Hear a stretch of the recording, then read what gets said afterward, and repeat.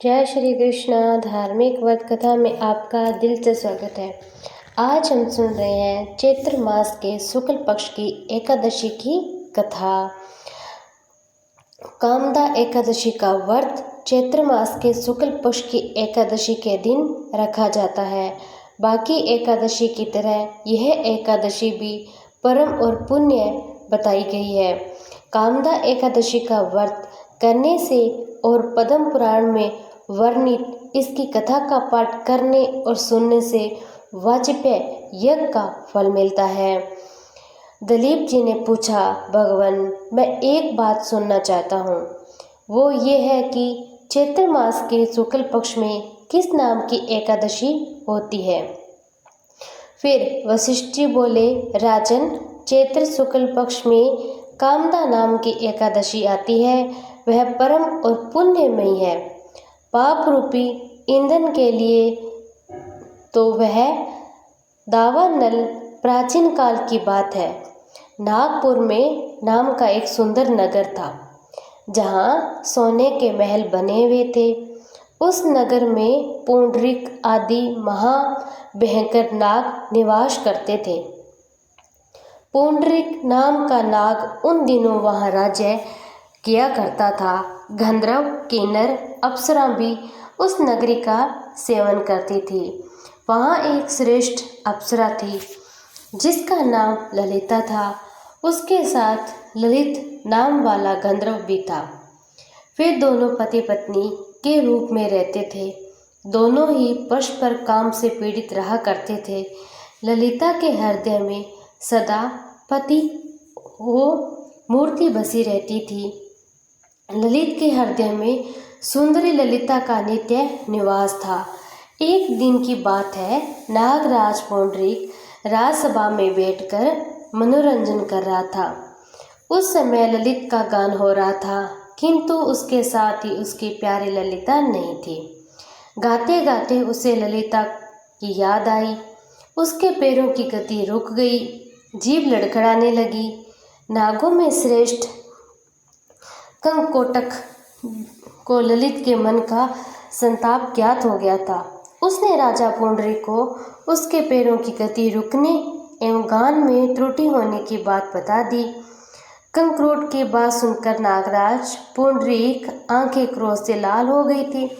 उसने गाते हुए कामातुर ललित को श्राप दे दिया, तू मेरे सामने गान करते समय पली के वशीभूत हो गया, इसीलिए राक्षस हो जा। महाराज पुंडरीक के इतना कहते ही वह गंधर्व राक्षस हो गया था। भयंकर मुख, विकराल आंखें, देखने मात्र से भय लगने लगी। ऐसा राक्षस होकर वह कर्म का फल भोगने लगा। ललिता अपने पति को विकराल आकृति देखकर मन ही मन बहुत चिंता करने लगी। भारी दुख से कष्ट पाने लगी। सोचने लगी कि करूं तो क्या करूं, कहाँ जाऊं। मेरे पति पाप का कष्ट भोग रहे हैं। वह रोती हुई घने जंगलों में पति के पीछे पीछे घूमने लगी। वन में उसे एक सुंदर आश्रम दिखाई दिया जहाँ एक शांत मुनि बैठे हुए थे। उनका किसी भी प्राणी के साथ वैर विरोध नहीं था। ललिता श्रोता के साथ वहीं रुक गई थी। मुनि को प्रणाम करके उसके सामने खड़ी हुई। मुनि बड़े ही दयालु थे। उस दुखियारी को देखकर वे इस प्रकार पूछने लगे कि हे प्रिय, हे शुभे, तुम कौन हो और कहाँ से आई हो और किस काम से आई हो? मेरे सामने सच सच बताओ। ललिता ने कहा, हे महामुनि, वीरधवंदा नाम वाले एक गंधर्व है। मैं उन्हीं महात्मा की पुत्री हूँ। मेरा नाम ललिता है। मेरे स्वामी अपने पाप दोष के कारण राक्षस हो गए। उनकी यह अवस्था देखकर मुझे चैन नहीं। ब्राह्मण, इस समय मेरा जो कर्तव्य है वह बताइए। वे पर जिस पुण्य के द्वारा मेरे पति राक्षस भाव से छूट जाए उसका उपदेश दीजिए। तब ऋषि बोले, भद्रे, इस समय चैत्र मास के शुक्ल पक्ष की कामदा नाम की एकादशी आएगी, जो सब पापों को हरने वाली और उत्तम एकादशी है। तुम का विधि पूर्वक व्रत करो। इस व्रत का जो पुण्य हो उसे अपने स्वामी को दे देना। पुण्य देने पर क्षण भर में ही उसके पाप नष्ट हो जाएंगे, सभी दोष दूर हो जाएंगे। राजन, मुनि का यह वचन सुनकर ललिता को बड़ा ही हर्ष हुआ। उसने एकादशी का उपवास करके द्वादशी के दिन उन ब्रह्मा ऋषि के समीप ही भगवान वासुदेव के श्री विग्रह के समक्ष अपने पति के उद्धार के लिए यह वचन कहा। मैंने जो यह कामदा एकादशी का उपवास किया है, व्रत किया है, उसके पुण्य के प्रभाव से मेरे पति का राक्षस भाव दूर हो जाए। वशिष्ठ जी कहते हैं, ललिता के इतना कहते ही उसी क्षण ललिता का पाप दूर हो गया था।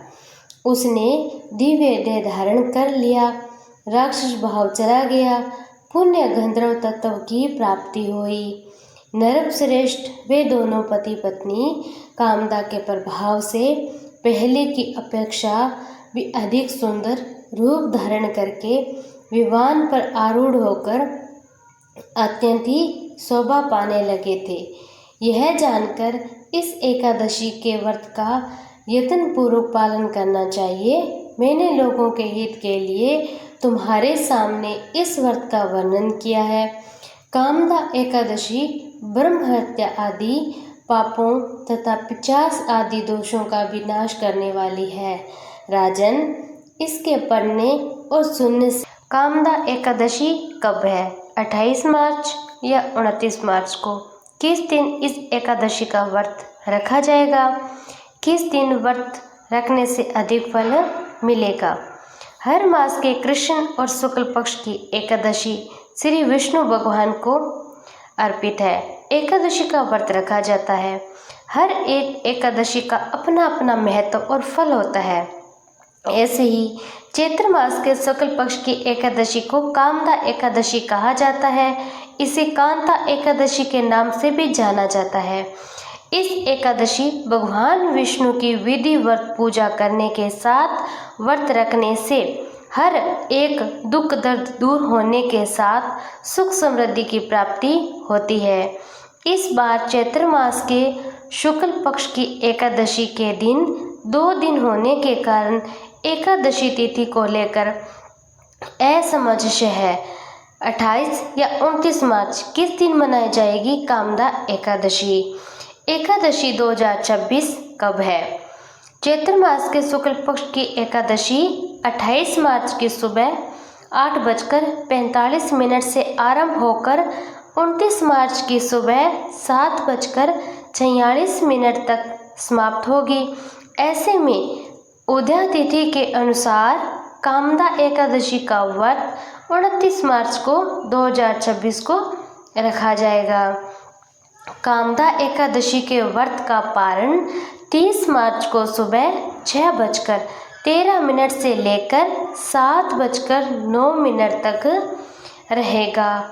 अभिजीत मुहूर्त 12:01 से लेकर 12:50 तक, विजय मुहूर्त 2:29 से 3:19 तक, गोधूली मुहूर्त 6:36 से लेकर 6 बजे तक रहेगा। अमृतकाल 1:02 से 2:38 PM तक।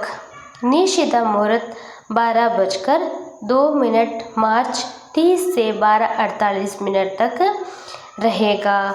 कामदा एकादशी की पूजा विधि: दिन सुबह ब्रह्म मुहूर्त में उठकर सभी कामों से निवृत्त होकर स्नान कर ले। इसके बाद साफ सुथरे वस्त्र धारण कर ले।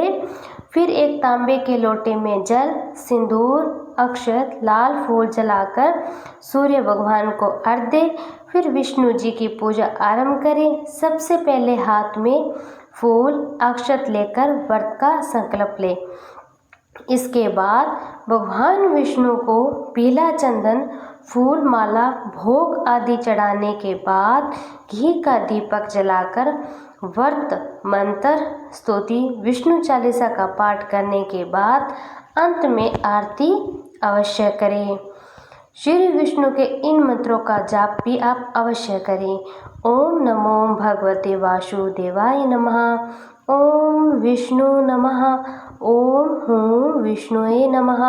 ओम नमो नारायण श्रीमन नारायण नारायण हरि हरि। श्री गोविंद कृष्णाय। श्री कृष्ण गोविंद हरे मुरारी। हे नाथ नारायण वासुदेवाय। ओम नारायण विहे वासुदेवाय धीमहि तनो विष्णु प्रचोदयात्। ओम